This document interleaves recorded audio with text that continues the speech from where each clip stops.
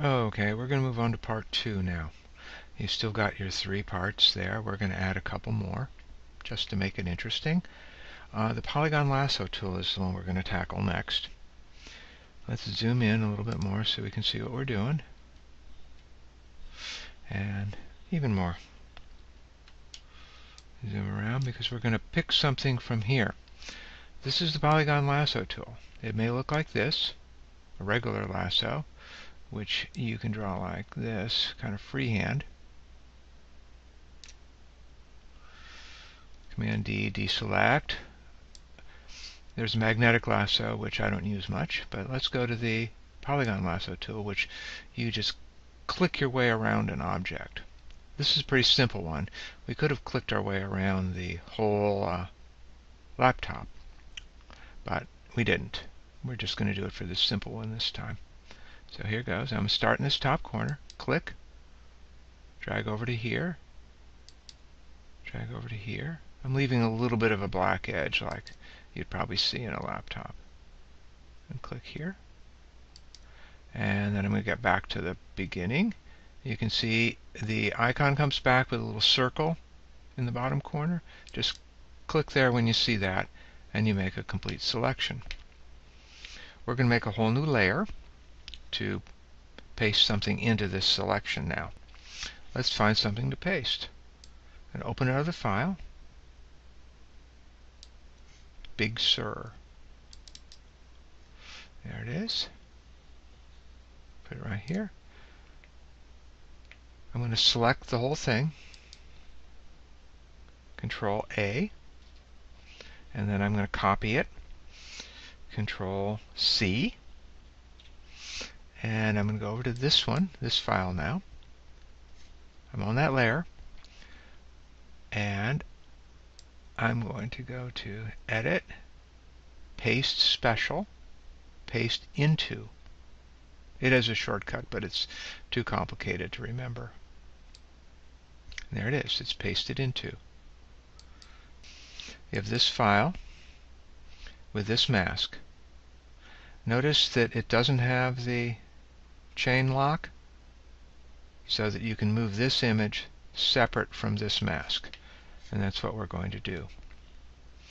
Control T again. Zoom back. You can see all the corners. And rotate Big Sur. Let's rotate it like that. And scale it. I want to be able to see waves and rocks and sunset. There, like that. Double click, and there we are.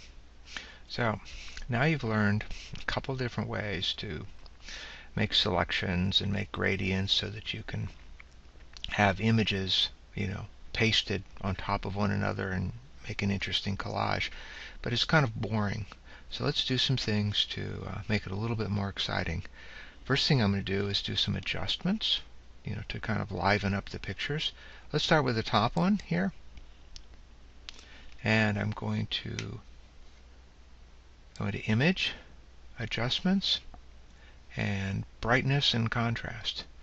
Note that it doesn't have a shortcut, so you have to go here to get it. Move it out of the way.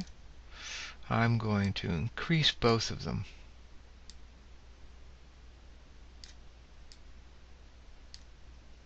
Increase the contrast, adjust the brightness. So it's just a little bit brighter. Hit OK.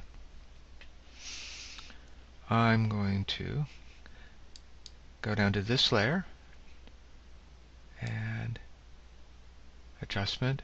I'm going to go to Levels, which I could use Control L for. And I just want to darken this one a little bit. Darken the middle. I can adjust the highlight or the shadow. But I'm just going to darken the middle a little bit. And hit OK. Then I'm going to go down to the motherboard one. I'm going to go to Adjustment, Hue and Saturation, Control U, and Increase the saturation a little bit. Kind of like change the hue around. So this is all green and this is all kind of orange. Kind of looks pretty good now. Another thing I'm going to do is put a layer effect on the laptop to make it pop a little bit. Go on, make sure I'm on the laptop layer, and I'm going to double click right here in this space next to layer 1, and I get the layer style panel.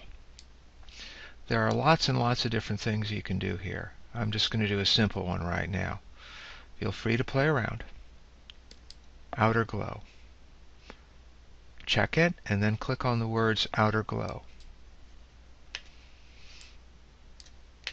And it doesn't look like it's doing much until you start moving the levers around. I'm going to make it bigger. I'm going to change the color a little bit. Now that I have this panel, I can go here and pick any old color I want to see around here. So let's kind of like pick that green. Yeah. How about that yellow? Maybe that blue. Hit OK. Now I can increase the opacity, give it a little bit of noise. You can see that that makes it kind of freckly. Just a little bit of that. Maybe make it a little bigger. And hit OK. So there we are. Now it pops a little bit better. Still, I want to do something different. I'm going to add another image, just for fun. I'm going to go to here, Image, or actually, File, Open, grab Fighters. There we are. Oops.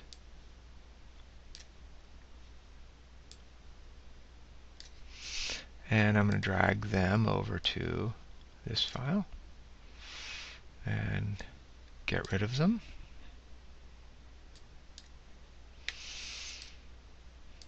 And move them to the top. And select the background with the magic wand. Inverse. Control-Shift-I. Do Refine Edge. You can see they look pretty good. Let's feather it a little bit more because we want them a little blurry. Keeps the contrast down. Feather a little bit. Smart Radius. Increase the radius a little bit. Shift the edges a tiny bit in. Hit Layer Mask, just like before, and hit OK. Right click on the layer mask and hit Apply Layer Mask, and there they are. I applied the layer mask. Control T to transform. Scale them around. Holding the Control key down to warp them a little bit. Give them a little bit of a perspective. Move them like that. And there they are, flying outside. One more little quick trick to make the planes look a little bit more realistic. I'm going to duplicate that layer, Control J, and then I'm going to, on the one in the bottom, apply a filter, motion blur, blur, motion, adjust the angle a little bit so it's looking like they're flying, right? Increase the distance some.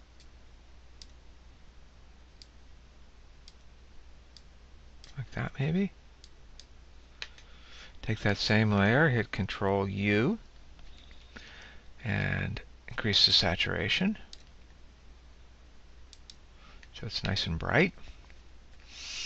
And now move it with the Move tool so it's all behind. And now it looks like the jets are moving. Maybe lower the opacity some. It's not as bright. And we're done. Save your file.